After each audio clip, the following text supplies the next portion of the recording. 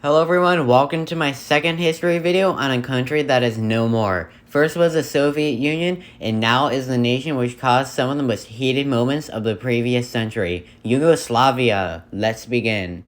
Just for the record, I'm only talking about the history of the country, not the history of the region before it existed. Anyways, on December 1st, 1918, the countries of what are now Bosnia and Herzegovina, Serbia, Montenegro, North Macedonia, Croatia, and that place Serbians pretend doesn't exist, came together and formed a new country since they were all crushed in World War I. Boom! The Kingdom of Serbs, Croats, and Slovenes, better known as Yugoslavia, was formed. After being formed, nothing would really happen until January 6th. No, not that one. On January 6, 1929, King Alexander I created a royal dictatorship. His dictatorship suspended the constitution and gave him all the power, with the goal of creating a combined Yugoslav nation and identity. However, this would come back to bite him in the rear end, as on October 9th, 1934, while in Marseille, France, Alexander I was assassinated by Bulgarian revolutionary Vladimir Chernyshevsky.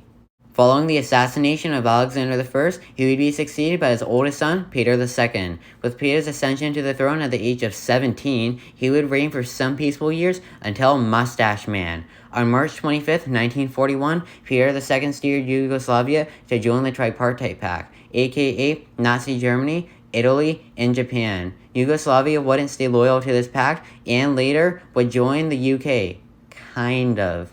With the end of World War II in 1945, Peter II, who oversaw the deadliest war in human history which caused 1.7 million Yugoslav deaths, became wildly unpopular and was overthrown. After being deposed, Yugoslavia held elections and voted in a man who would dominate the country for the rest of its history, a man named Josip Tito.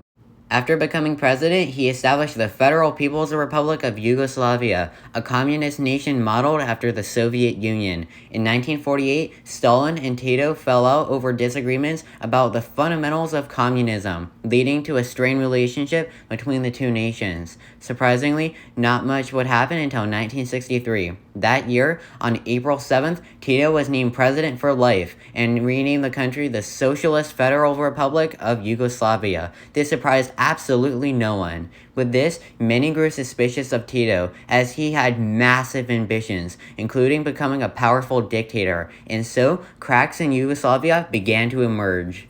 From 1970 to 1971, many anti-Tito Croatians violently protested against Tito in the Croatian Spring. With many more protests led by students all over the country plunged into a severe economic crisis, further hurting Tito's reputation. As the 1970s and 80s passed, ethnic, political, and religious tension combined to create mass turmoil just in time for Tito's death in 1980. And so, on June 26, 1991, with Slovenia's proclamation of independence, the final nail in Yugoslavia's coffin had emerged: the Yugoslav Wars. From 1991 to 1995, Bosnians and Serbs clashed in the Bosnian Wars. Croatia was fighting Yugoslavia in the Croatian War of Independence as well. Nothing was gained from the Bosnian Wars other than 100,000 deaths. However, by 1995, Croatia had beat Yugoslavia with the Sarajevo Agreement, solidifying its independence. In 1998, Kosovo separatists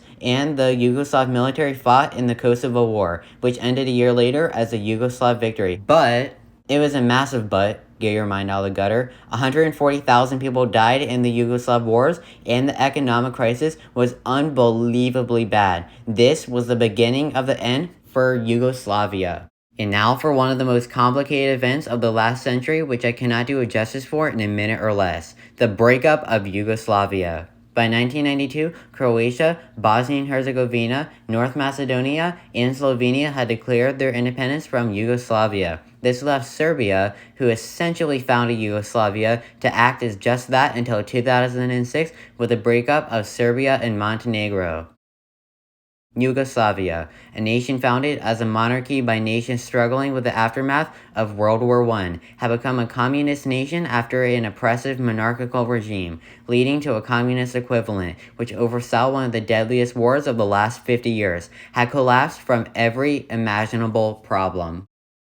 And with that was my history of Yugoslavia. It was just as depressing as any could expect. While on the topic of a tragedy, my next video will be a history on one which still haunts the nation it occurred in. My next video will be a history on 9/11. Yeah, I know I've done it before. I'll just do a better version this time. It will come out on the 20th anniversary of the event itself this September 11th. Thanks for watching.